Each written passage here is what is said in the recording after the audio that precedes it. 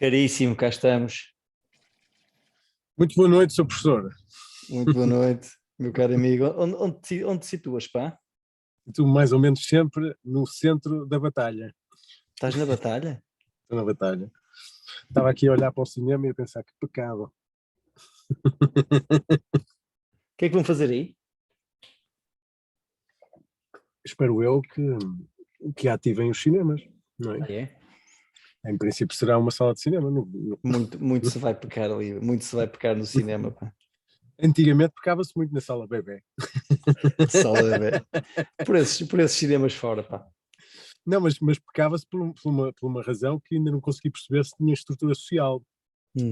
Mas eu não sei se te lembras, mas nos anos 80 liberaram-se a projeção de filmes pornográficos dentro do escalamento que era para maiores de 18 anos. Portanto, para Hum. maiores de 18 anos as salas podiam passar filmes pornográficos, o que se transformou num negócio prolífero em vários sítios, inclusive na cidade do Porto. Portanto, havia vários cinemas pornográficos na cidade do Porto. Não sei se te lembras dessa fase da Bons tempos, vida pá. cotidiana. Bons tempos, pá. Não, mas quer dizer, eu falo nisto a imaginar que hoje em dia pudesse ainda haver, não é? Salas de cinema de cinema pornográfico na cidade do Porto, não é? Como se fosse uma coisa mais normal do mundo, não é? Uma coisa perfeitamente enquadrada dentro do panorama social, não é? Pá, pois, dificilmente a pornografia iria estar normalizada, me parece, pá. Não sei, por alguns tempos esteve, não é? Durante alguns anos esteve Mas era normalizado. sempre, era sempre escondido, ou seja, não era tido como normal, não? Pá, eu Normal lembro como vou à mercearia e vou ao cinema porno, percebes? Isso Sim, se calhar não tão normalizado assim, mas os cartazes nas frentes, não é? Estavam ali naquelas vitrines porreiras no exterior da sala de cinema e podias consultar o que é que estava em cartaz, não é? ao pé da regueifa e do Ao papo pé de da anjo. regueira.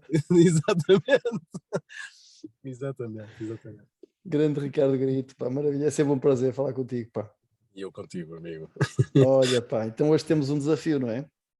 Não Acho que sim. sabemos se o desafio foi da minha parte ou da tua, mas surgiu um desafio mútuo, não é? Sem Falar dúvida. do pecado. A Vamos aí. arte, o título foi sugerido por ti, eu acho fantástico. A arte de pecar. Sim, porque se fôssemos Queres desconstruir? Vamos desconstruir isto primeiro, pá, a arte de pecar. Vamos a isso. E eu começo já por te fazer uma pergunta, que é, de onde é Boa. que vem a palavra, pá? Pá, a Pecar. palavra pecar, opá, a etimologia não faço ideia, mas agora eu dá-me a ideia que está associada opá, a uma religião, pelo menos no nosso contexto será a religião cristã, a religião católica, não é? E dá-me a ideia que é um sair da linha, não é? O pecar é um sair da linha que não temos que ficar, o nosso conceito de pecado não tem que ficar preso a este, não é? Mas parece-me que a origem será este, será um desaforo em relação a alguma coisa algum valor ou alguma ordem instituída, neste caso, por uma entidade suprema que é Deus e que tem padres e toda uma hierarquia cá em baixo que zela pela manutenção desses valores. Tudo o que vá contra esses valores seria pecar, parece-me, não é? Ok. Pelo menos essa seria a origem, não é? Sim, sim. Portanto, tu achas que ela não antecede a religião católica? É mesmo uma palavra que cai. Tu pensas que isto não virá nas Sagradas Escrituras e que não está patente nas religiões do judaísmo e nos muçulmanos e todos esses não têm pecados? Se calhar devíamos ter investigado um bocadinho mais, não sei. 5 minutos na Wikipédia já resolveu este problema. Opa, mas não, o que é bom de falar contigo é que é o improviso e é a magia, quando eu te disse, é a magia a acontecer. Portanto, eu fiz questão de não ir investigar nada. Agora, eu andei 4 anos num colégio católico, portanto, tenho algumas noções básicas do que é o pecado. E lembro-me que não dei histórias da religião lá, mas dá-me a ideia que pelo menos a ideia do Adão e Eva, não é? Aquele pecado original do comer a maçã, Exato, só pecado está original. na nossa, não é? Só está na nossa. Portanto, o judaísmo parece que não aceita, não contempla essa ideia do pecado original, e o islamismo parece-me que também não. Portanto, se calhar estou a cometer aqui um grande erro histórico ou religioso, mas assumo que pelo menos a ideia do pecado original, não é? A ideia de que nós todos, nós todos somos pecadores. Ainda hoje estava a ouvir na Rádio Renascença, devia ser como é que se chama aquela? Aquela oração à Nossa Senhora, como é que é? Virgem Maria? Como é que se diz? Estou a rezar uma Nossa Senhora, como é que é? Uma Nossa Senhora. É uma Nossa Senhora, é assim. Santa Maria, Mãe de Deus, rogai por nós Maria, Mãe de Deus. pecadores. Não é? E é toda a gente a dizer rogai por nós pecadores. Portanto, parece-me que só na nossa religião é que somos todos pecadores. Não fizemos nada, mas somos todos pecadores. Não é? Portanto, Sim, nesse sim. contexto, a arte de pecar, sim, a arte de pecar, se somos todos pecadores, quer dizer, então não há grande arte aí, não é? Basta simplesmente estar para aqui. Temos que pecar bem, não é? Se a arte Pois, está no bem fazer, quer dizer que a arte de pecar tem que ser pecar, mas pecar com boa, jeitinho. é isso. É por aí, não é? Exato, é por aí, não é? Todos somos pecadores, mas nem todos fazemos do pecar, da pecagem, uma arte. Reportagem quase. Olha, mas na arte há uma representação do pecado muito constante, ou seja, nós somos os grandes propagandistas, os artistas, não é? Somos os grandes propagandistas do pecado, no sentido de foram criadas muitas imagens em torno do pecado. Para tu estavas-me a perguntar alguns exemplos do que é que podíamos encontrar na arte, mas em quase todos os autores, dos grandes autores referenciais, seja Caravaggio, seja Bosch, seja inclusive o próprio Leonardo da Vinci, não é? E depois por aí fora até o Dalí e até aqui ao presente, a representação do pecado é uma coisa bastante fluida na arte, com muita fluência se encontram, Uma coisa destas, não é? sim, uma coisa destas, Eu por exemplo. segui o teu conselho, né? Fui investigar aqui o Hierónimos. Uh, Aqui estão, quer dizer, aqui devem estar, se analisarmos, devem estar todos os pecados do manual, de seriam pecado, 7, não é? o manual do pecador. Deve estar aqui tudo. Eu estou a ver o jogo, estou a ver ali alguém a ser desfolado. Eu não sei se isso é considerado pecado, não é? Esfolar alguém. Portanto, aqui está, mas estás a falar, qual seria sem querer fazer história de arte aqui, não é? Mas qual seria a intenção do artista em pintar o pecado ou os pecados aqui, não é? Eu acho que acima de tudo pensar no que é que poderia estar envolvido, uma visão geral que ele possa estar a ter ao ler. Estamos a falar de um autor, neste momento estás a falar de um autor de 1400 e, vamos pôr assim, 50, entre 1430 e 1490, mas vamos falar aqui de um autor que até penso que até passa por Portugal, e penso que ele terá vivido em Lisboa num determinado período e que até terá partido para o Brasil e terá vivido também no Brasil, não é? Aliás, estamos a falar, por acaso, foste pegar num pintor que até nós temos obras deles no Museu da Arte Antiga em Lisboa, não é? E eu penso que ele terá uma visão geral das leituras, não é? Destas leituras sagradas, e terá uma visão geral desse inferno, não é? Dessa conjuntura descritiva, não é? Que depois tem uma reminiscência também interessante, não é? Porque tu estás a ver isto já alicerçado com alguma arquitetura, não é? Tens ali um incêndio atrás, tens ali uma caverna onde possivelmente estará um dos arcanjos, não é? O arcanjo São Miguel, e, e tu entras aqui num imaginário arquitetónico que está a competir com um imaginário arquitetónico da Divina Comédia, que é a primeira grande literatura, os grandes mapas do inferno, não é? Mas isto acaba por ser um grande mapa também, não é? E esta visão geral, e eu penso que é isso que o artista está a tentar dar, é uma visão geral do que é o contexto narrativo da ideia, não é? Neste caso, inferno. Mas repara, parece-me que aqui, se o tema da nossa conversa era a arte de pecar, aqui não há uma arte de pecar, não é? Aqui há a arte de descrever o pecado. Eu não sei com que intenção, não seria seguramente de vangloriar o pecado, seria talvez até de chamar a atenção para os horrores do pecado, não é? Porque eu olho para tudo isto e dá-me medo, não é? Portanto, se a ideia fosse dignificar o pecado, não é? Ou apresentar o pecado como algo que deve ser feito, que é interessante, não é? É o que devemos seguir, devemos ser pecadores, não é? Mas aqui não, aqui parece que estão na toada daquela Ave Maria que eu ouvi hoje na Rádio Renascença, em que o termo pecadores aparecia ali como algo negativo, não é? Rogai por nós pecadores, tenta-me tirar deste pecado, faz com que estes pecados não me levem, ou não me levem para uma condenação eterna, ou o que seja. Portanto, parece que essa visão cultural onde nós vivemos, não é? Em que o pecado é algo a evitar, parece que é o que eu vejo aqui também. Não é? Eu vejo isto neste autor, ele está a dizer, o pecado é uma coisa que devemos evitar. Portanto, não há aqui uma arte do pecado, não é? Parece-me. Não, aqui não há uma arte do pecado nesse sentido lato da expressão, não é? Mas aqui, sem dúvida, há aqui uma propaganda do que poderá ser a coima, a multa do pecado, não é?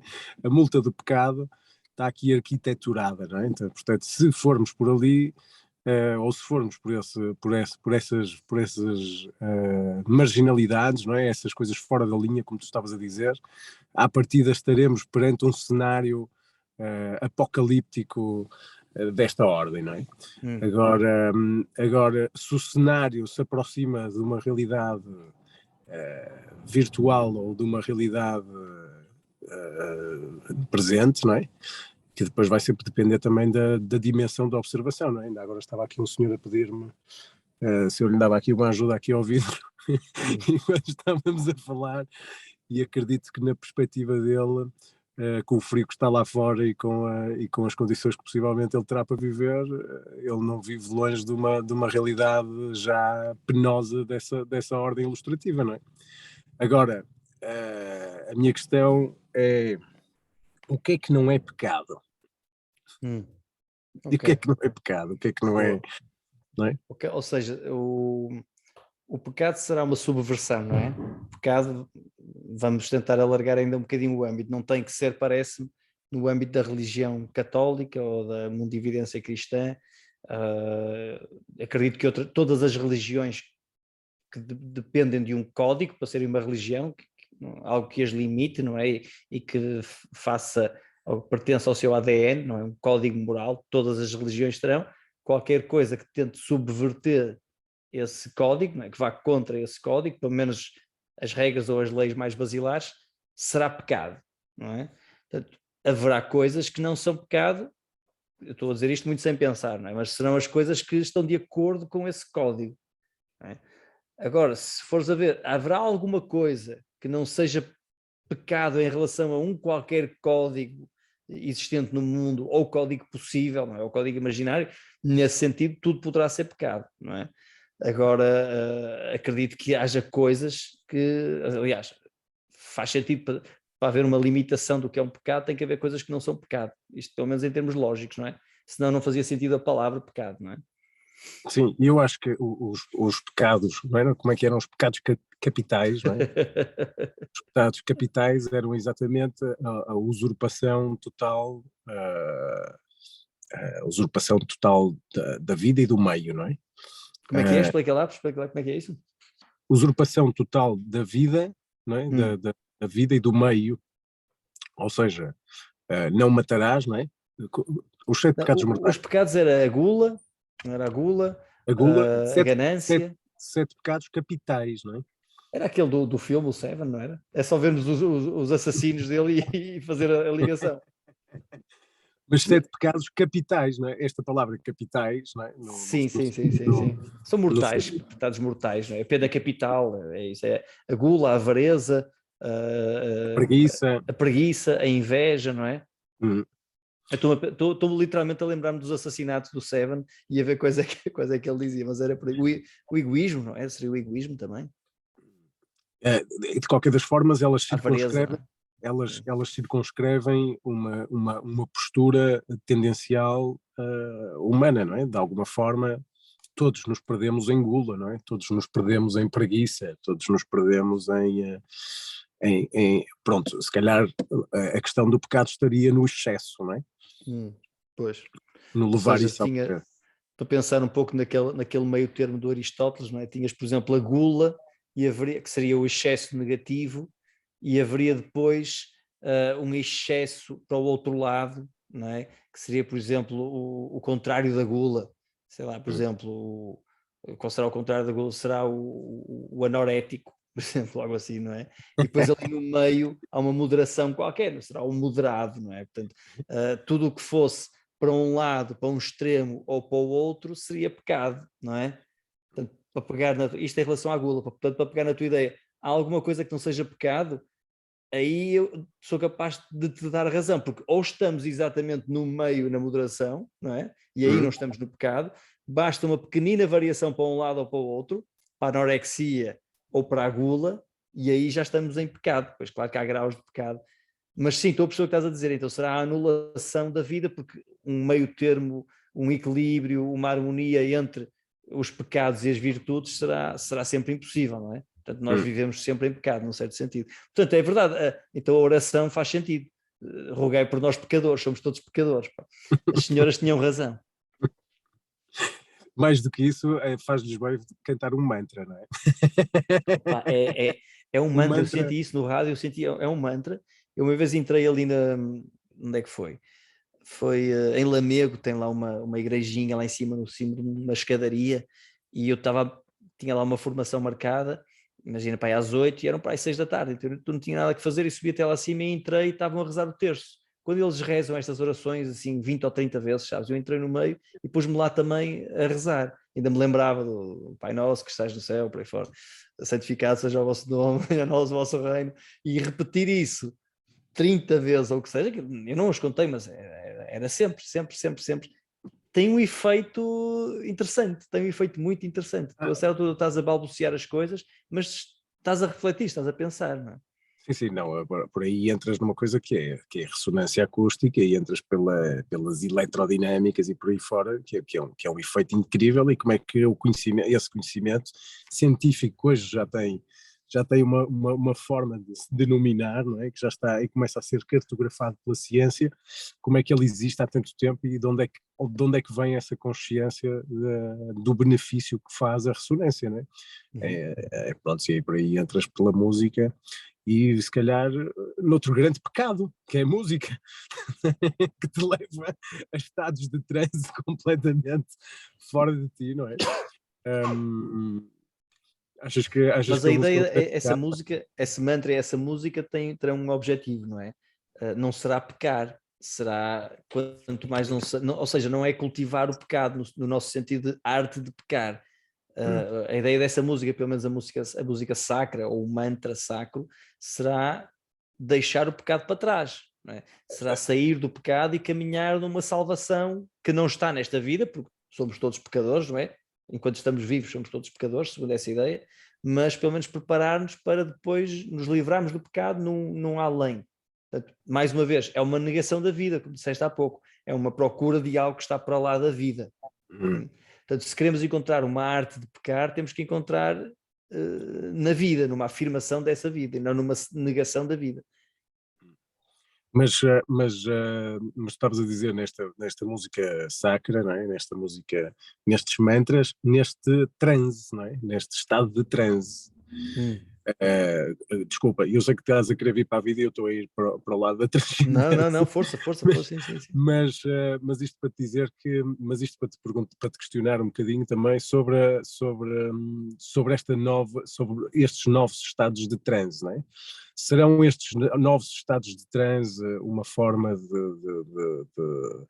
de rogar na mesma, não é? Por nós pecadores, no sentido de nos tirar do pecado e de nos transcender, não é? Tipo, será que esta fuga à festa e à dança e este estado de transe constante que nós buscamos hoje em dia tem a ver também com isso?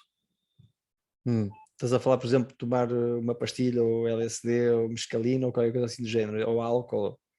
Ou uma hóstia. Pá, são diferentes, são estados diferentes, não Será é? que é o corpo Porque de Deus? aquelas senhoras em Lamego, acredito que deviam estar num estado de transe ao fim de 30 Nossas Senhoras, acredito que aquilo bate alguma coisa. Não, Mas, e uma hóstia já com alguns dias, já com alguns cogumelos, mas, alguns fungos em cima. mas eles esforçaram-se para chegar lá, não é? Sim, sim, Quanto mais não seja, subiram aquela escadaria toda. Depois não é? Tiveram toda uma educação para aprender esse mantra. Estão dentro de uma cultura, não é? O próprio mantra, saber o mantra, conhecer esse mantra, conhecer as escrituras, nem quase não seja de ouvir, não é? Podem não compreender, não interpretar muito, mas há ali algum trabalho, sim? Enquanto um transe pós-moderno, chamemos-lhe assim, não é? É a anulação de qualquer trabalho, é a anulação de qualquer ritual, é a anulação de qualquer cultura, não é? Não tem objetos, toda aquela igreja, todos aqueles objetos físicos, toda aquela arte, toda aquela cultura faz parte do transe. É impensável, acho eu, haver esse transe, sei lá, num coffee shop na Holanda ou na sala de alguém, percebes? São transes diferentes. No Sá da Bandeira, durante o Clube 447. Por exemplo. Mas o que é que têm em comum? Não sei, vou arriscar uma coisa muito fácil, não é? Mas serão negações da vida, não é? É fugir da vida. Se bem que tudo é vida, não é? São outros patamares da vida, são outras explorações dentro da vida, mas é o negar da imanência, é o negar do corpo, é o procurar sair do corpo para o espírito ou para um grau de consciência diferente daquele onde nós habitualmente vivemos. Nesse Achas que é sentido, é uma sair negação, não é? ou achas que é uma extensão desse corpo, não é? Uma capacidade de estender esse corpo, ou seja, sem morrer, voltar a estar vivo, não é? De alguma maneira, não é? Voltar a ganhar uma consciência mais cosmológica da tua própria unidade, não é? Pá, É que pois. tu, às vezes nesse estado, não é? Seja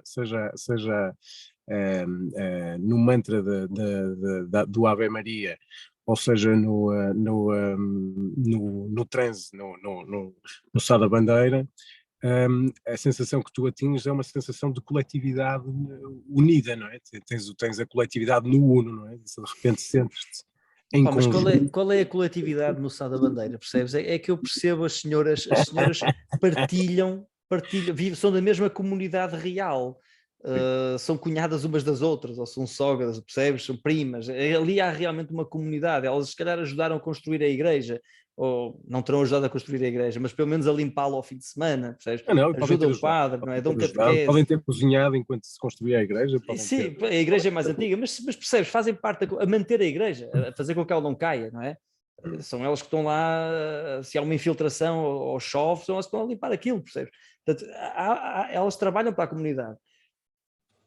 Estas novas comunidades que vão para o Sá da Bandeira não é uma comunidade, é quase como, sabes, o não lugar, não é? Aquele termo não lugar, que é o aeroporto, é uma não comunidade também, as pessoas não se conhecem de lado nenhum, têm algo em comum, mas é muito superficial, porque nunca falaram ou falaram de forma superficial, têm umas ideias em comum superficiais, mas depois acredito que se as puseres a coabitar durante algum tempo, não iam durar tanto tempo como duram aquelas senhoras, que já duram há gerações, não é? Para o bem e para o mal já se duram há gerações, percebes? Portanto, chamar comunidade às duas, sim, ok, é um agrupamento de pessoas, tem um objetivo em comum, tudo bem, mas a coesão de uma e da outra é totalmente diferente, percebes? Tu achas que a coesão pronto, além da comunidade em si que mantém a estrutura, não é? Se fôssemos para uma, íamos para o pessoal que está nos bares no check sound e na parte da logística da criação do evento de transe. Ou seja, a parte dessa comunidade que está na logística, dentro da comunidade do Cristo Rei, que vai à missa ao domingo, ou a comunidade que vai ao Clube 447, tu pensas que há mais profundidade numa do que noutra? Acho que há mais profundidade na que vai a Cristo Rei. Achas? O Cristo Rei não é o melhor exemplo, também vou dar esse exemplo. Se mantiver em Lamego sim, acho que há mais profundidade aí. há mais, mas em que profundidade em sentido? Lamego. Lamego é muito mais profundo. Lamego é muito mais profundo que Cristo Rei. Até porque Cristo Rei arrisca-se a ter os dois, não é? Alguém que vá à comunidade de Cristo Rei e vai ao 447 ao bar à tarde meter uma pastilha. Portanto, já são exemplos híbridos, já é complicado, não é? A hóstia híbrida parece muito bem. A hóstia híbrida. Pá, mas profundidade, depende do que entendemos por profundidade. Por isso é que eu usei o termo consistência. Consistência parece-me mais apropriado aqui. Profundidade em que sentido, não é? O estado de transe é mais profundo. Como é que se mede isso? Não é? Como é que se mede a profundidade de um estado de transe, não é? Exato, Se calhar exato. o estado de transe das senhoras Não, do Lamego dura a semana toda. E o que é o estado de transe, não é? Que no fundo é essa questão do extracorpóreo, não é? Portanto, o estado de transe supostamente se aproximará de qualquer coisa que será extra-vida, não é? Lá está a tua expressão de há bocado, estamos a fugir da realidade, estamos a fugir da vida, não é? Estamos a fugir do corpóreo. E esse fugir do corpóreo é o estado de morte, aparentemente, não é? Tipo, é como se estivéssemos mais próximos da morte do que da vida, não é? Mais próximos da desmaterialização do que da materialização, da materialidade, não é? Ou será que não, este estado extracorpóreo só é possível porque ainda existe o corpo, ou seja, porque esse corpo não está morto. Se este corpo estivesse morto, se calhar este estado extracorpóreo já não era possível, está a ver? E este estado de transe só te dá esta extensão, que é estares vivo, mas ao mesmo tempo estás muito mais capaz de sobrevoar outras dimensões, não é? Ou de estás próximo de outras dimensões e de outras perspectivas sobre a realidade que não tens normalmente, ou que não terás normalmente no teu estado corpóreo do dia a dia, não é? Estou a perceber o que estás a dizer. Eu estava a pensar no caso de uma freira, que é uma das minhas. Eu trabalho em quer escolas públicas, quer escolas privadas, e trabalho em algumas escolas privadas católicas e dou-me com algumas freiras, quer professoras, quer diretoras, e algumas delas estão num estado corpóreo, mas já mais espiritual, percebes? Já nota-se ao falar com elas que estão realmente uma vida dedicada àquilo, não é? À comunidade, à sua crença, a Deus, às pessoas, e nota-se que estão num estado, eu posso lhe chamar transe, bem que não seja um estado de transe daquele que estávamos a falar há pouco, não é? De transe quase alienado, não, é um estado de perfeita presença, obviamente corporal, estão materializadas à minha frente, mas há ali alguma coisa, parece que estão além do corpo, uma tranquilidade, sabes? O corpo não as afeta, sabes? Enquanto se calhar as outras pessoas da pastilha do 447, opá, percebes? Nota-se perfeitamente ao falar com elas fora daquele contexto, que muitas vezes há ali algum desequilíbrio. Não fizeram o caminho, não subiram as escadas todas até lá acima. Percebes? Essa irmã que eu estou a falar tem 70 anos e deve ter 60 anos de orações e de meditações e de trabalho para a comunidade e tudo isso, percebes? E atingiu ali um nível que é corpóreo, mas é além do corpóreo, parece que já controla o seu corpo, as emoções, há ali uma harmonia e transmite-se e percebe-se, é difícil de explicar, mas percebe-se que outras pessoas que procuram o transe de outra forma não conseguem, percebe? Podem ter estados de transe, chamemos-lhe de transe, mas que no dia a dia estão ainda muito presas ao corpo, portanto essa fuga do corpo não resultou com a irmã, realmente parece que fugiu num certo sentido do corpo. Já, o corpo já não manda nela, não é? Enquanto os outros não. Não, isso é interessante, mas ao mesmo tempo também acho que é interessante o facto de todas estas pessoas, sejam as pessoas do Porto, seja as pessoas que estão mais ligadas a esse caminho espiritual e religioso, seja depois as tribos espalhadas pelo mundo inteiro, esta necessidade de ir em busca deste estado de transcendência, não é? Aliás, é este estado de transcendência que alimenta o movimento transhumanista, não é? Não Será conheço pecado? bem esse movimento, já É ouvi o falar, mas movimento, não. Não, o movimento conheço de nome, transhumanista. mas nunca O movimento aprofundei. transhumanista é o maior pecado global. Se o modernismo foi um grande pecado, não é? Achas que o modernismo foi um grande pecado? Pá, não sei, mas deixa-me só tentar fazer sentido ainda da freira, pá, porque o que ela é como nós, portanto ela também faz a oração, ela é pecadora, não é? Livrai-nos do mal, rogai por nós pecadores, portanto ela considera-se pecadora e é pecadora, mas se calhar aplica-se a ela a noção da arte de pecar, não é? Que ela peca, mas sabe pecar. Há outros que todos pecamos, não é? Ela sabe Sim. pecar, mas não quer dizer que só haja aquela forma de pecar, não é? Há muitos artistas, não é? Falaste dos modernistas, dos surrealistas, há muitas formas de pecar, há muitas formas de arte, e aquela é uma forma de arte de pecar. A vida religiosa, a vida espiritual, comprometida, real, porque haverá muitas que não interessa falar dessa, interessa dizer os exemplos reais, não é? É um tipo de arte de pecar. Agora, haverá outros no outro caminho, nesse transhumanismo, não sei. Mas como é que tu vês, por exemplo, a arte de pecar de uma anciã como essas que tu tens como referência? Pensas que, por exemplo, ela se autoflaga pela vontade sexual que possa ter? Não, pá, Como é que ela poderia, como é que pode deve ter contornar, feito por isso, se exemplo, calhar. o Se calhar pecado? teve que passar por isso, percebes? Se calhar teve que fazer isso.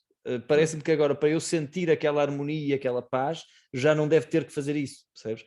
Isso já acredito que no caminho, a tal escada que ela teve que subir, provavelmente sim, pode ter sido muito difícil, não é? Porque teve que lutar contra o corpo, não é?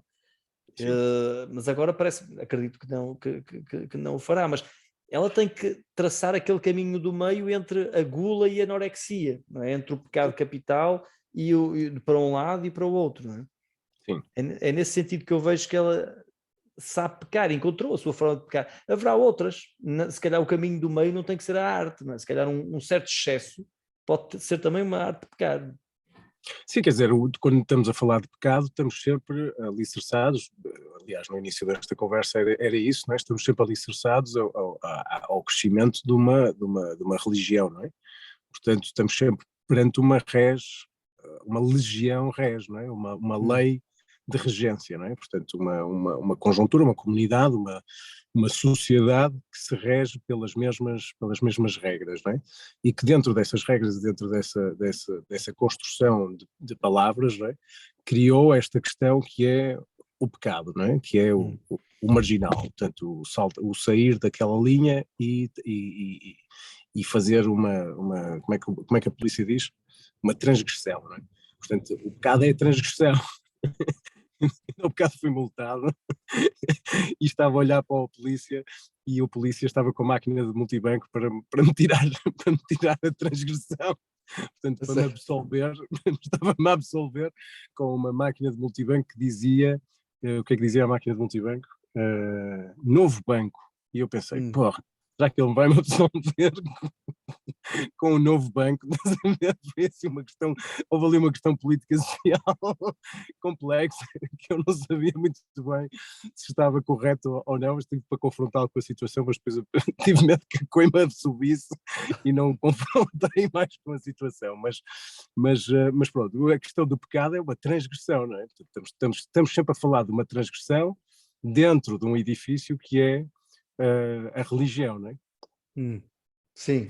E qual será a arte da transgressão num edifício que estipula como transgressão o que é que tu pensas que esta transgressão pode facilitar ou dificultar o processo de espiritualização? Porque este edifício tem como fundamento uma elevação espiritual, não é? Eu parece-me que a transgressão, ou seja, alargando o conceito de pecado, podemos sair do pecado em relação a uma religião, não é? Sei lá, alguém que esteja a quebrar uma regra social ou um código moral não religioso, poderemos também dizer que está a pecar, sim? Em termos estritos, não. Seria um pecado, seria contra uma lei moral religiosa, mas acho que podemos dizer isso. Então, quem se insurge contra uma lei ou um costume atual, por exemplo, o sistema capitalista, ou o consumismo, ou a vaidade das redes sociais, ou algo assim. Esse será um código moral. Hoje em dia é um código moral. Quem se insurge contra isso estará, num certo sentido, a pecar. Não é? E parece-me que muita da arte, hoje em dia, eu estou-me a lembrar ainda agora estive a pesquisar, o Miguel Januário, sabes, que faz aí umas Sei, pichagens, não é, no Porto, não é? Eu vou pôr aqui até para tu veres. Estavas a falar, eu estava-me a lembrar dele. Aquilo mais e menos, não é? Sim. Onde é que está? Está ali, mais e menos. No presente, é passado, é futuro. Havia outra, nem era esta que eu tinha visto. Espera aí, não sei se eu penso aqui, está aqui. mais e menos, until debt, até que a dívida nos separe, não é? Repara, o que é isto? O que é que ele está aqui a fazer? Ele está a fazer, ele não está a pecar, ele está a fazer de Jesus aqui, está a fazer o Jesus quando chegou ao templo e mandou os balcões, não é, dos usurários ao chão. Ele está a ser moralista. Isto é uma arte moralista. Sem dúvida, é uma Ele arte não moralista. está, não é? Ele não está a Está no pecar contexto aqui. certo. Aliás, ele até fez a arte moralista no muro, não foi? Ora, deixa eu ver. Aqui é uma persiana, não é? Aqui é uma Foi. persiana. Não é? Mas isto é arte de pecar? Não, não é. Isto não é arte de pecar, isto é arte de denunciar aquilo que ele considera um pecado. Não é?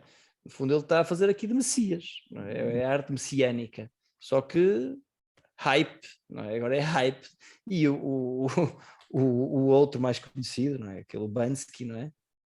O Bansky também, o que é que ele faz se não é arte messiânica? Não é? Deixa eu ver se eu ponho aqui. Toda a gente conhece. Toda a gente conhece. Mas pronto, está aqui um interessante dele. Deixa eu ver aqui. Há um bocado partilhou, eu nem reparei, Ricardo. Partilhou. Mais e menos. E este aqui, não é? Cá está. Sim. Opa, se quiséssemos fazer um compêndio de arte de pecar, ou obras de arte de pecar, não é isto. Isto não é. Num certo sentido, ele foi fazer grafite numa casa. Pronto, ok, tudo bem. Quebrou uma regra urbanística. Fez um pequeno crime, digamos assim. Mas isto é tudo menos pecado, não é? Ele está completamente integrado naquilo que é o código moral de crítica aos abusos militares, imperiais, consumistas, capitalistas, por aí fora. Portanto, mais bem comportado que o Miguel Januário e que o Bansky, conheço pouca gente. Mas lá está, mas são conhecidos pelo contrário. Não é? A Não, imagem que têm é ao contrário. nesse aspecto não arranjamos assim, não estamos a ver assim os exemplos dos artistas mais pecadores, não é? Pois não, acredito que não, pois não. Mas se calhar consegues rapidamente ir buscar. Tem que procurar Ricardo Grito aqui. Pá. Não, Ricardo Grito também não é grande pecador, mas se procurares aí um Jeff Cohen's Chicholina, que é um caso interessante, sim. até porque o Jeff Cohen's é casado, casa-se com a Chicholina, hoje em dia é divorciado da Chicholina, mas casa-se com a Chicholina e tem um filho com a Chicholina, portanto é uma relação matrimonial, não é? Entre um artista plástico americano e uma estrela porno que... Senhora deputada, se faz favor. Exato, desculpa, vi uma deputada porno que teve uma das grandes manobras de marketing na vida política da Europa, já mais ultrapassada, não é? Eu penso, será o Guinness, terá sido o Guinness do marketing europeu, não é? Mais uma vez a surgir a Itália, não é? Mas aí se calhar poderíamos ter exemplos mais próximos do dito pecado, não é? Mas mesmo assim, Ricardo, deixa-me ver, é pecado para uns, não é pecado para outros, não é? Para quem vive do pisar o risco, não é? Quem faz da sua identidade o pisar o risco, isso é tudo menos o pecado, não é? Isso é cumprir com um determinado código moral que estão à espera do artista que é rebelde e que se revolta e que critica, não é? E que escandaliza. Isso também é moral, num certo sentido. Isso também isso não é bem pecar, não é? Não sei, ou seja, é pecar. Vimos há pouco, começaste por perguntar o que é que não é pecado. Sim, visto de várias perspectivas, da minha perspectiva tu estás a pecar e da tua perspectiva eu estou a pecar. Tudo bem, mas a arte de pecar terá que ser algo que todos olhamos para aquilo e dizemos, não, aqui isto é um artista, ok? Eu posso até nem concordar, pode nem ser a minha cena, pá, como a irmã que eu te falei há pouco, eu acho que não há ninguém que olhe para ela e diga, não, isto é falso, sabes? Não há ninguém que não se admire com aquela pessoa, é uma pessoa admirável, percebes? Ou pagares uma conta astronómica por um manjar de comida que é só molecular, por exemplo. Ok, boa. Sim. Não é? De repente pagas ali por um prato que vai cheirar bife com batatas cozidas. Mas quem foi o artista aí, não é? Foi o cozinheiro que nos vendeu, Já nem que é nos o vendeu artista, isso? é o alquimista, não é? Quem é que foi o alquimista? Hum. Depois tens o artista e depois tens o alquimista. O alquimista, se calhar, é mais apto à arte de pecar. O artista, se calhar, é mais messiânico. Não Mas é? estás a falar de um cozinheiro, de um chefe que faz assim um tipo de cozinha de fusão ou molecular e que é assim, e que pede uma soma astronómica por uma coisita, não é? Tu não vês, que tu não vais Que ver. não vês, não é? Isso é fantástico, pá. Isso é fantástico, isso é arte de pecar. Eu assim acho que sim, acho que sim, eu aí concordo contigo, acho que é a arte de pecar. É mesmo. Temos que encontrar mais exemplos dessa ordem, não é? Tipo, Estava a ver se percebia de que forma é que é, sabe? Pá, o problema do filósofo é que quer transformar tudo em conceitos, em palavras e perceber. O artista, não é? Parece que vive melhor com a imagem e eu precisava de perceber porque é que é. Estou a ver contigo, estamos os dois a perceber que é, ou pelo menos entendemos que seja, mas eu não estou a conseguir transformar isso em palavras. Portanto, na minha ideia eu ainda não percebi bem, ok? Mas estava a ver se me ajudava outra imagem, que é a imagem da cobra, da serpente do pecado original, não é? Quando o Adão... Quem é que comeu a primeira maçã? Ainda por cima tens um grande problema, não é? É que a serpente é a grande tentação, não é? A encarnação do demónio, não é? Que vem tentar a pobre Eva. A Eva, é exatamente, a Eva que comeu. Ainda por cima, nem sequer nasceu por conta própria, nasceu por conta da costela do Adão, não é? Sim. E que só porque achou que a maçã era gira, quer dizer, nem ela pode achar que a maçã gira, tem que ser a cobra que tem que achar que a maçã é gira e que ela é que deve comer a maçã, não é? Que o Deus tinha-lhe dito, não comas essas maçãs, come tudo no frigorífico, menos essas maçãs, estás a ver?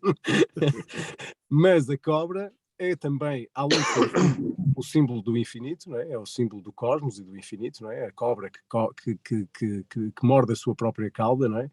E é também o símbolo da farmácia, não é? O símbolo da ciência e da farmácia. Mas Portanto, eu acho, o que eu temos aí estava a um pensar é problema. que foi a cobra é que convenceu a Eva, que convenceu o Adão. Portanto, na arte de pecar, a pecadora foi a Eva e o Adão, não é? E a fruta era a fruta do conhecimento. Era a árvore do conhecimento, não é? Exato. Eu não sei, pá, eu sei que foi o Santo Agostinho que andou a trabalhar estas questões, mas já daí isso em filosofia medieval há 20 anos. Mas era algo assim, não era? Portanto, para terem conhecimento e para serem livres, para se libertarem, tiveram que pecar. Por isso é que ainda hoje nós somos todos pecadores. Mas a arte de pecar está na cobra.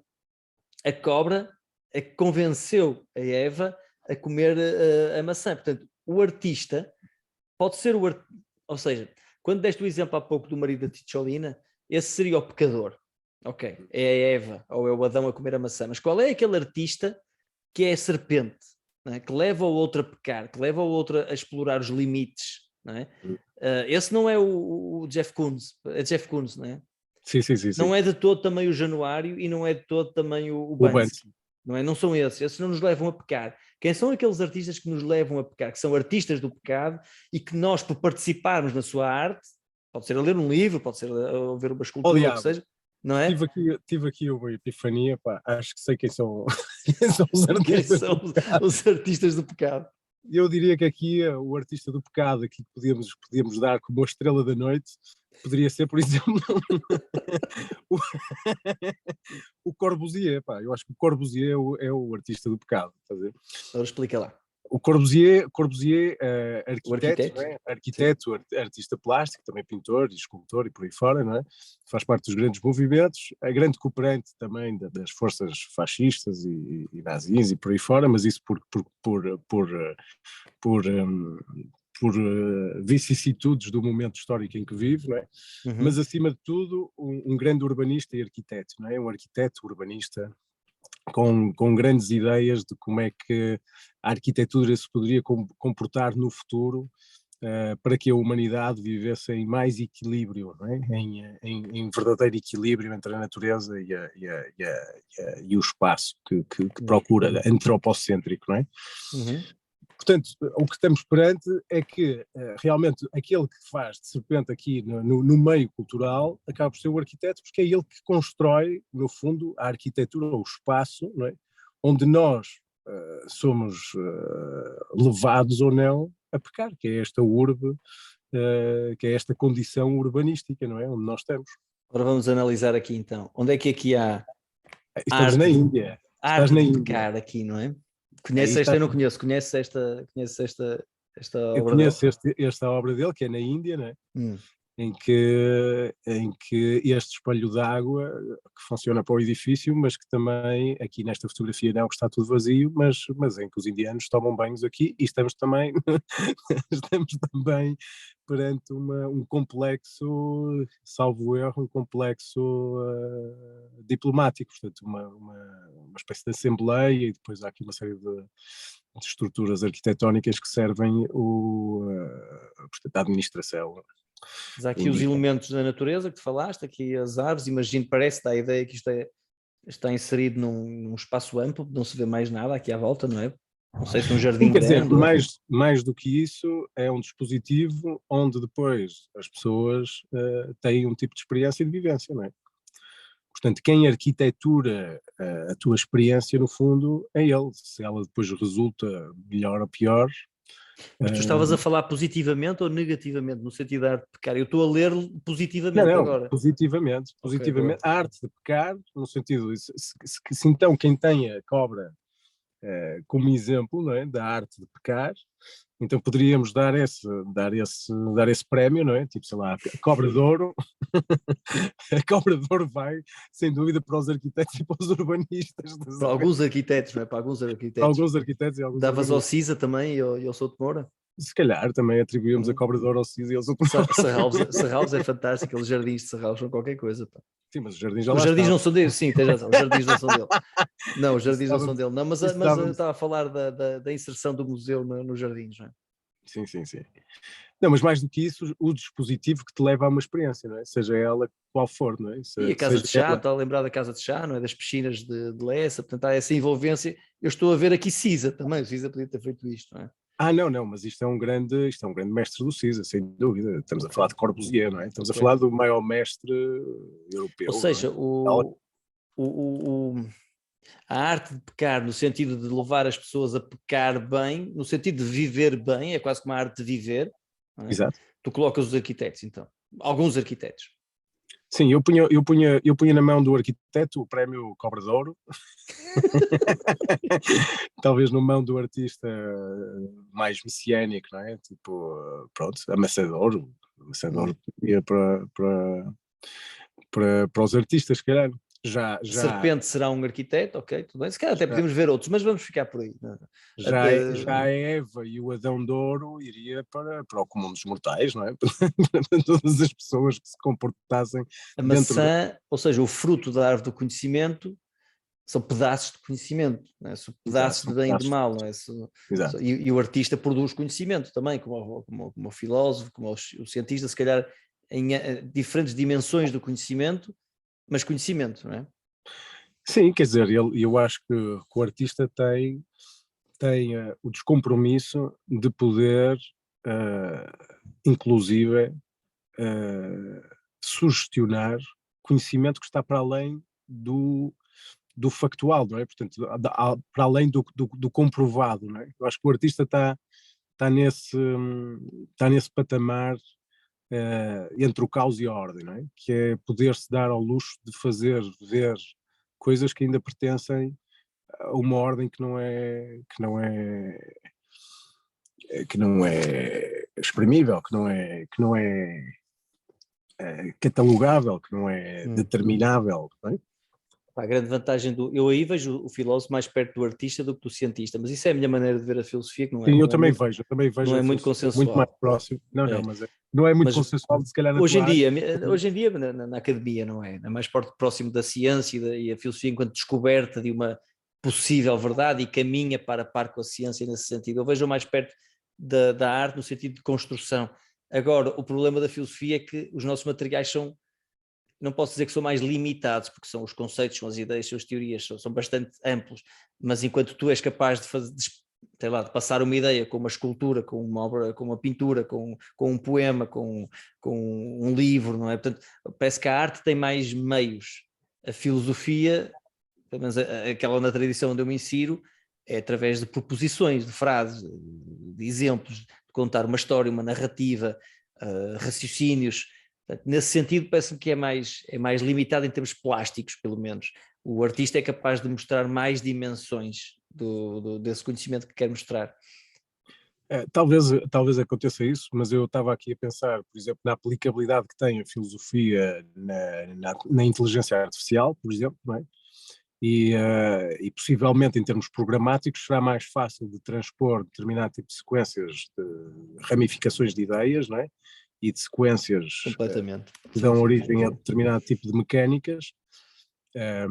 Pronto, na arte, se calhar, a materialidade Completamente. Tu dessas pegas no ideias. Kant, tu és capaz de pegar no Kant, e se tiveres um bom programa de computador, um bom algoritmo, e és capaz de pôr à tua frente, não é? Numa mesa. Estou a imaginar aqueles cenários quase tipo Matrix, em que pegas nas coisas, não é? E pegar nesses conceitos, nessas ideias, nesses argumentos, e tens a crítica da razão pura assim, bah, à tua frente.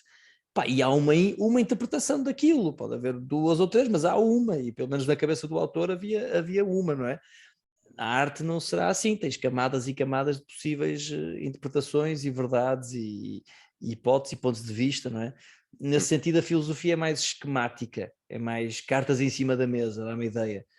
Sim, está mais próxima, pelo menos, da linguagem humana, Uhum. não é? Está mais Sim, próxima sim, de sim. uma linguagem humana. Pá, eu dá-me a ideia que é a forma mais apurada de usar a linguagem humana, não é? É o Hum. cuidado, é o rigor, é a calma, a tranquilidade, que não vês, por exemplo, na política, não vês isso, não é?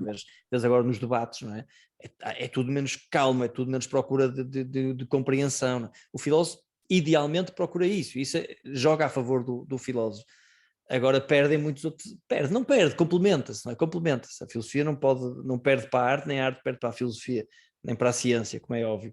Mas são discursos diferentes e frutos diferentes, pronto, ok, para pegar aquela imagem, né? A filosofia é uma banana e a arte ou é uma maçã rainete e a outra é uma maçã golden, portanto são vários tipos de maçãs, mas são Hum. maçãs, não é? São frutos Uh, do conhecimento, é nesse sim, sentido, sim, são frutos do conhecimento, sem dúvida, claro. não é? Sim, e qual é o fruto que não é do conhecimento? Porque, sei lá, porque o que me parece é que também a ideia de que na natureza está o conhecimento é muito interessante, não é? Ou seja, o grande pecado original, que é esse de ingerir, ou ser capaz de ingerir e digerir o conhecimento, não é? Que pelos vistos nos homens ainda está aqui meio entalado. Na maçã, sim, sim, sim, sim. Esta questão de ingerir e digerir o conhecimento é uma das grandes coisas que se põe agora na arte, não é? Que é, que por exemplo, este teu conterrâneo que lança agora a tese dele de doutoramento numa publicação com o nome de Renascença Selvagem, não é? Em que ele defende, pelos caminhos da Paris-Sorbonne, defende que os artistas estão aqui há 150 anos a tentar fazer uma ponte de ligação diplomática entre o discurso da natureza e o conhecimento humano, não é? Isto é muito Mas interessante. esse meu conterrâneo és tu, pá? Não, não, não, é o Guilherme qualquer coisa. Estamos a falar de um título de um livro que se chama Renaissance Sauvage. É boa. Qual é a tese, então, a ideia dele? A ideia dele é que ao longo deste último período se manifesta aqui uma forma de estar dentro da arte e da cultura que se aproxima muito da primeira Renascença, portanto do século XIII, e que neste momento se estão a reunir condições para haver esta manifestação cultural que é a Renascença Selvagem, que é uma nova Renascença, um novo período de Renascença que deve ter começado há cerca de 150 anos atrás, o que remonta assim a 1880, mais ou menos, ou por aí, 1870, e desde 1870, portanto, os artistas que tu conheces da história da arte de 1870 para agora, que estamos a falar dos impressionistas, estás a falar de um período em que aparece o Van Gogh, aparece o Cézanne, aparecem os primeiros impressionistas, não é? Aparecem depois todos os movimentos que aparecem no princípio do século XX, com um questionamento da forma e um olhar sobre a natureza das formas, não é? Portanto, uma coisa é o que o artista faz em termos de modelação, portanto, de manipulação da imagem e da forma, não é? Outra coisa é o que a natureza já tem por ela. Portanto, muitas vezes tu fazes analogias, não é, entre o modernismo e coisas que aparecem na natureza normalmente, não é, por casualidades tectónicas ou por casualidades naturais, não é? E hoje em dia eu acho que os artistas estão-se a aproximar deste questionamento de que linguagem é esta que a natureza transpira, não é? E de que forma é que essa linguagem não terá uma lógica e não terá as suas próprias premissas. No fundo, se não existe também uma lei da natureza, não é? Que no fundo é o que nos leva a esta procura pelo ADN, não é? Pelo nosso genoma humano, pela capacidade de entender o nosso genoma e por aí fora. Mas não é? isso não é aproximar-me a arte do que quer fazer a ciência? Ou seja, não é limitar um pouco a arte? Não sei se isso será aproximar a arte da ciência ou se é a ciência a aproximar-se do campo da arte, não é? Talvez seja mais a ciência a aproximar-se do campo da arte. Agora, se tu me perguntares e que valores é que estão, onde é que está o pecado, onde é que está o pecado, onde é que vai aparecer o pecado desta ideia toda, estás aqui perante situações muito complexas, não é? A começar já aqui pelo Covid, não é? Neste momento tens assistido aí a debates fortíssimos sobre a manipulação deste vírus na Ásia pelo Ministério da Saúde e da Vacinação dos Estados Unidos. Portanto, começamos a aproximar de circunstâncias que é e manipular o genoma e manipular determinado tipo de coisas na natureza não será um freak show daqui para a frente. Onde é que vão estar as regras? Quando é que a sociedade vai começar a pôr regras com valores adequados para que não se façam anormalidades e não se destrua completamente Eu acho que a arte de pecar, no sentido a arte de viver, não é? Para nos dar pessoas como aquela irmã, não é? Não quer dizer que sejamos todos como ela, é isso, mas aquela Quer dizer que calibragem. sejamos todos Budas, não é? Não, exatamente, mas Buda seria também alguém que aprendeu a arte de pecar, ou a arte de viver, essa irmã também, muitas outras pessoas noutros espectros da vida também. Krishna e Cristo. Agora, ser calibrados de uma certa forma, não há só uma calibragem, não é, de ser humano, não é só esta, mas ser calibrado de uma determinada forma, não é? Ao grosso que somos nós. Mas é possível ser calibrado individualmente ou tem que haver aqui uma calibração generalista para toda a gente, porque senão, quer dizer, andam uns a tentar se calibrar e outros a destruir isto tudo. A calibragem, acho que é impossível o ser humano calibrar-se sozinho, não é? Eu estava a pensar, e não só sozinho, só por uma área, não é? Alguém que seja calibrado só pela ciência, não é? Imagina que só há ciência. Se só houvesse ciência, o mundo já não existia, provavelmente, porque nós já temos, a ciência já criou a possibilidade de nós nos autodestruirmos, não é? Portanto, se só houvesse ciência, já não havia humanidade. Parece-me, não é? Sim. Só não foram postas mais bombas atómicas por aí fora, porque de alguma forma alguma coisa pôs um freio à ciência, que não foi, exatamente, que não foi a ciência, não é?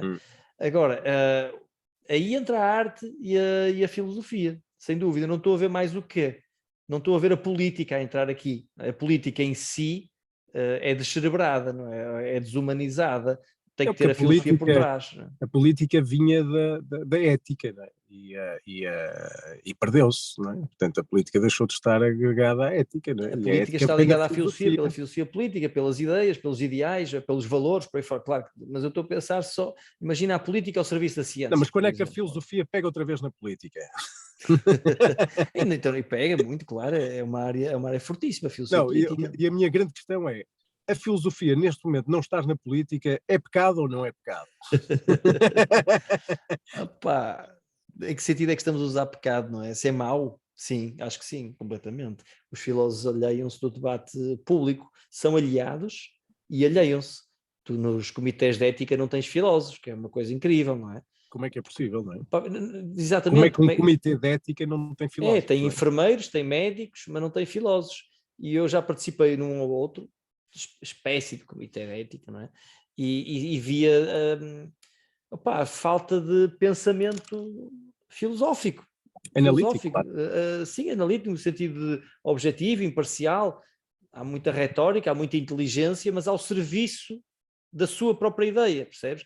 E a filosofia tem isso. A filosofia, o filósofo não sou eu, não é o filósofo, é a filosofia no geral. Claro que depois o espécime filósofo falha sempre, mas pelo menos há a ideia, há o motor, não é? Há o princípio do pensamento filosófico, que é esse, e que de alguma forma iria ajudar ou contaminar esse processo de decisão, de tomada de decisão. Portanto, o facto mas isso não é só culpa das outras pessoas que põe o filósofo de parte, é o filósofo que não quer estar na praça pública. Eu nunca poria isso na culpa de ninguém, não é? Mas há sem dúvida uma grande lacuna que é, por exemplo, quer dizer, não há um arquiteto quer dizer, antigamente os engenheiros, por exemplo, podiam assinar projetos de arquitetura, não é? Ou em países determinados do mundo não precisas de ser arquiteto formado para fazeres um projeto de arquitetura, não é? Portanto, isto põe-se que é uma sociedade como a europeia, não é? Em que a política não tem uma regulação ou regulamento, não é? que te dá pelo menos alguma obrigação nesse sentido, não é? Quer dizer, vocês são muito mais bem formados para esse tipo Mas de o debate comitê e de ética conjuntura. não podia ser só de filósofos, percebes? É muito importante haver as especialidades partilhadas. Agora, o filósofo consegue, pelo seu próprio treino, um tipo de pensamento quase que agregador, até, que não é próprio de outras profissões, não é próprio do advogado, não é próprio, talvez, do juiz, será? Mas o juiz é muito específico, é um filósofo específico, não é? Numa área específica.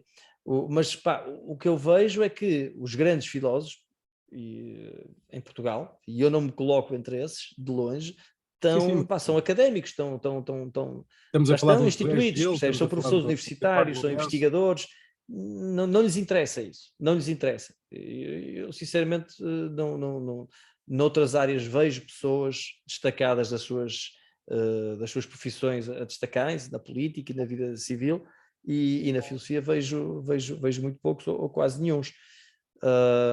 Porque a minha explicação é essa, que realmente já são pessoas que têm uma carreira formada, podem simplesmente marimbar-se para isso tudo, porque têm as suas aulas e de alguma forma acomodaram-se. O filósofo académico é o contrário do filósofo, daquilo que eu entendo que deve ser o filósofo, é o Sócrates. Não é? O filósofo académico já, de alguma forma, sei lá, é como o artista de museu, não é? Parece que há aí alguma...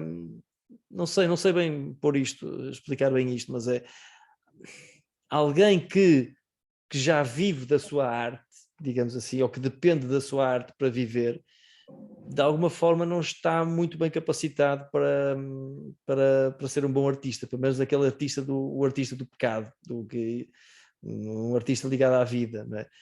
Porque de alguma forma a sua arte está dependente das condicionantes externas, não é? Ele tem que dar-se bem com o contexto social, político e cultural, não é? Com a conjuntura. Ele não pode ser alguém que vai minar a conjuntura, porque senão está a minar a próxima refeição, não é? E o dinheiro para pagar a próxima renda. Portanto, nesse sentido, parece que há aqui uma oposição entre a filosofia e o filósofo académico, ou a filosofia académica, não é? Num certo sentido de filosofia, não no sentido de filosofia museológica, de manter o conhecimento que já existia, isso perfeito, está ótimo, mas no sentido de uma filosofia criativa, uma filosofia mais próxima da arte, como estávamos a falar há um bocadinho. Quem paga as suas refeições com o seu trabalho filosófico não me parece que esteja em grande posição para ser um criador filosófico. Não sei se com a arte acontece o mesmo. Com a arte acontece uma coisa muito interessante que é as visões, não é? Que é o lado de poder que aparece na literatura, por exemplo, com a escrita automática, não é? Tipo, tens gajos interessantes da escrita automática, não é? E com esta escrita automática ou com estas visões, muitas vezes previsões do que poderá vir a ser ou poderiam vir a ser caminhos para esta humanidade, ou para este que hoje em dia tens também a questão da previsão, não é? Que também é científica, não é? Do meteorito, ainda agora estamos todos a ver o mesmo filme, que não olhes para cima, não é? Ainda não vi, pá. Com o meteorito a despenhar-se na Terra e a criar e a criar a segunda grande extinção em massa registada pela humanidade, não é? Cheio de projetos artísticos também a fazerem registros dessa destruição em massa e a deixar cálculos para uma futura civilização que possa vir habitar a Terra. Mas o artista tem essas visões, e nessas visões, isso que é interessante, porque se calhar podemos voltar àquela imagem do Bosch que tu puseste no início. Com essas visões, de repente tens um quadro de um artista de 1450, mais ou menos, e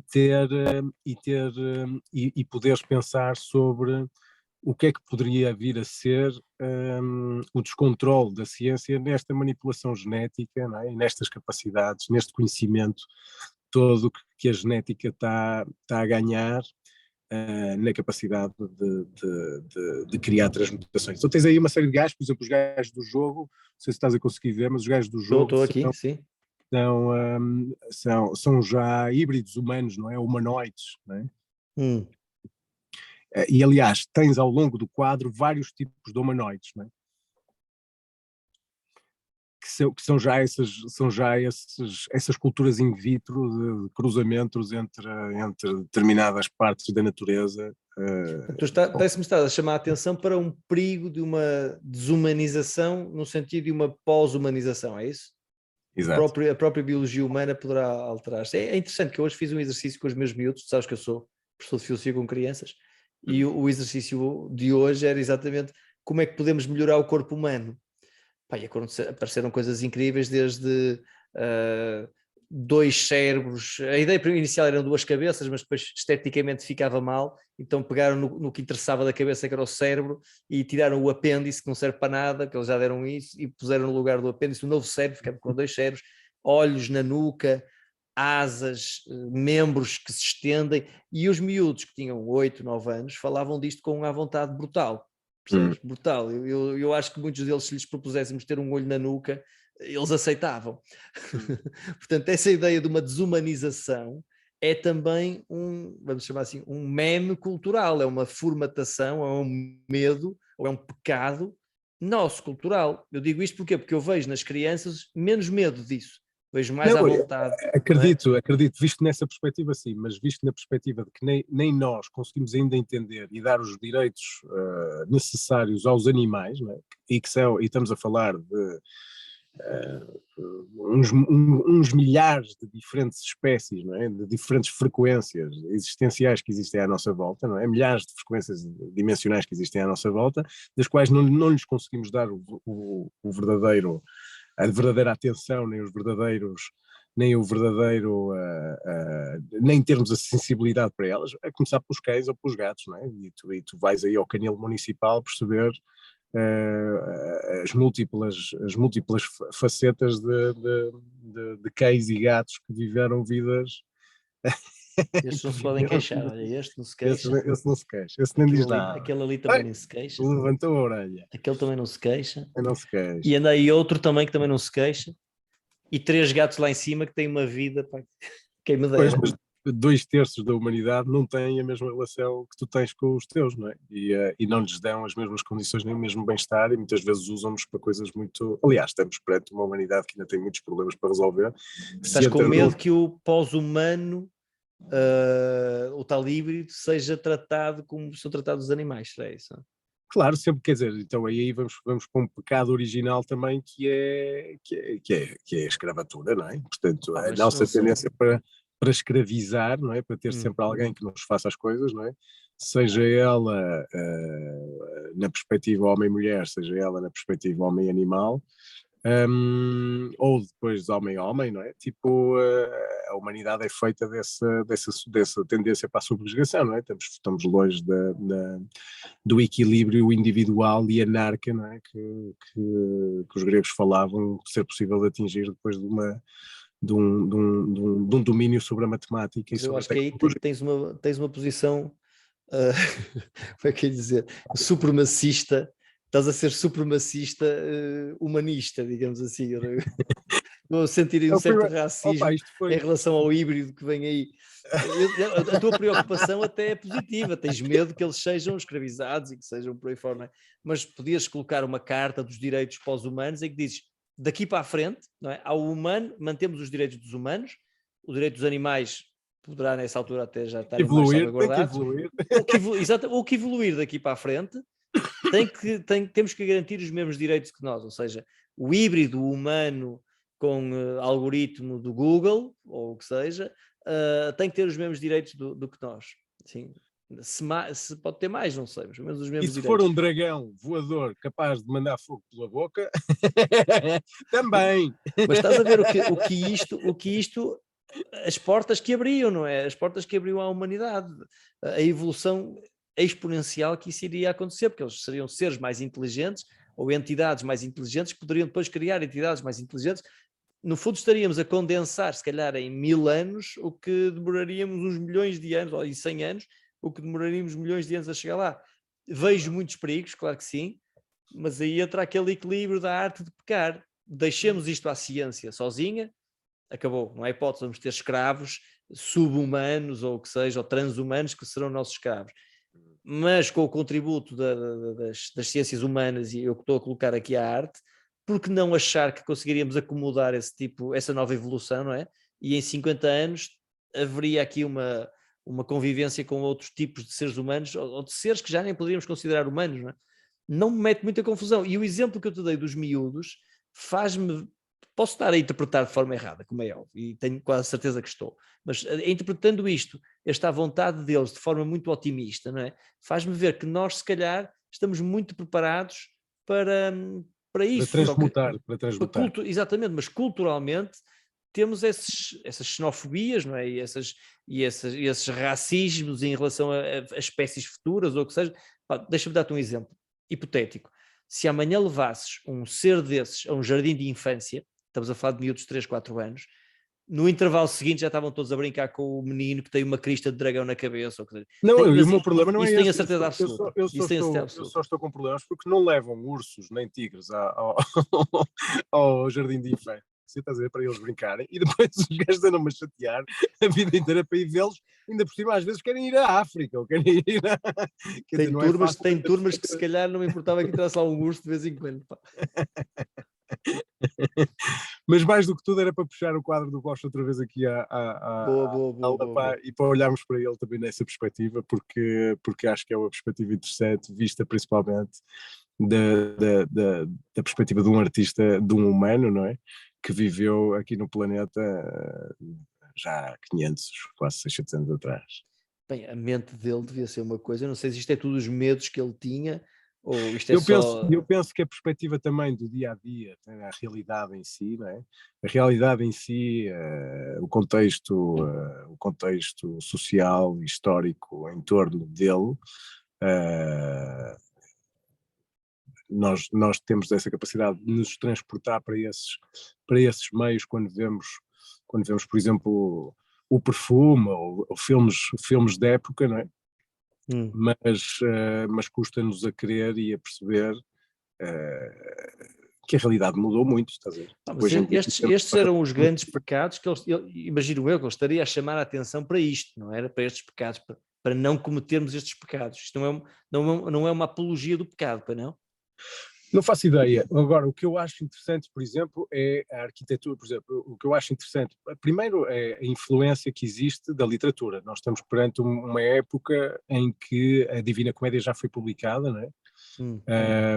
E a Divina Comédia vem trazer uma grande capacidade argumentativa, até porque é escrita por um advogado, portanto, vem trazer uma grande capacidade argumentativa à Igreja para criar toda uma hierarquia de pecados e toda uma hierarquia de punições para poder ascender ao purgatório e do purgatório até ao céu. Portanto, a Divina Comédia é um jogo quase, não é? Tipo, é quase o que hoje poderíamos chamar um jogo de computador, um programa, um jogo top vendas e top em termos de estrutura, não é? E ela aparece no final de 1200 e qualquer coisa, portanto, no início do século XIII, é o grande exemplo do iluminismo e vai influenciar quase todos os artistas. Portanto, quando tu vês Miguel Ângelo, Leonardo da Vinci, muitos artistas que vêm por ali fora, até mesmo ao século XX, que vão ilustrar coisas da Divina Comédia. E eu penso que ele está sobre a influência também dessas visões que são a leitura da Divina Comédia, que depois vão criar um imaginário próprio à Bíblia, não é? Portanto, à Bíblia, ao Novo Testamento, não é? E às premissas que esse Novo Testamento tem, vista das várias perspectivas dos vários apóstolos. Portanto, o que me dá a ideia é que a construção do imaginário comum, seja ele positivo ou negativo, é um bocado como na filosofia, não é? É uma continuidade, é uma bola crescente, não é? Portanto, e esta influência visual que ele tem a ver com, eu penso que terá a ver com isso, portanto, terá a ver com a publicação da Divina Comédia, estás a ver? Eu colocava no... Aliás, a Divina Comédia tem aqui outro grande impacto, não é? E que ele também, e que ele presencia, não é? Portanto, tu estás perante um momento de inquisições, portanto, ele vive em plena inquisição, não é? Portanto, com a expulsão de grandes comunidades, não é? De muitas pessoas, de territórios, não é? Há aqui uma movimentação territorial muito grande de pessoas de uns por outros para os outros, não é?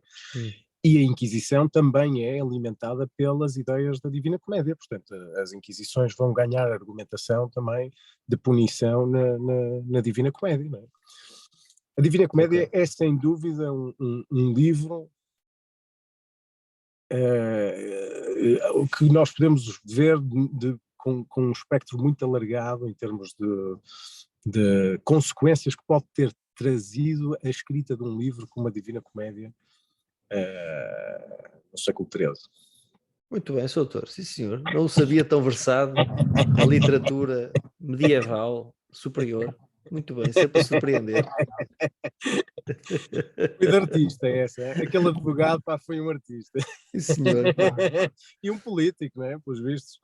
Olha, em jeito de conclusão, acho que tiramos aqui algumas conclusões provisórias interessantes, pelo menos gostei do prémio da Serpente de Ouro, para quem nos ensina a pecar, não é? No sentido de ensinar a viver, alguns arquitetos. Já temos programa de televisão, acho que podemos ter aí um programa de televisão sobre arquitetura. Sobre arquitetura, sim, sobre o pecado e os frutos do conhecimento, da arte, da ciência, da filosofia e os diversos pecadores, talvez. É isso. Sim, senhor. Amigo, muito obrigado por esta conversa, por este momento. Pá. Eu é que agradeço, pá. Muito bom, é sempre um prazer. Mas queres resumir, queres fazer assim? Não consigo, pá, não sou capaz, pá, não sou capaz. Pensei que querias sintetizar agora assim. Não, palavras, afinal. Não consigo, não sou capaz disso, pá, mas foi um prazer, pá. Olha, volta para a batalha, pá. Boa noite para vocês, pá. Muita saúde aí para a tua casa. E espero que estejam todos bem aqui nestes momentos de... Tenho que ir passear os cães agora, pá. Covidices da vida, não é? Para vocês também, grande abraço, pá. Outro, até já. Tchau, até lá. Até já.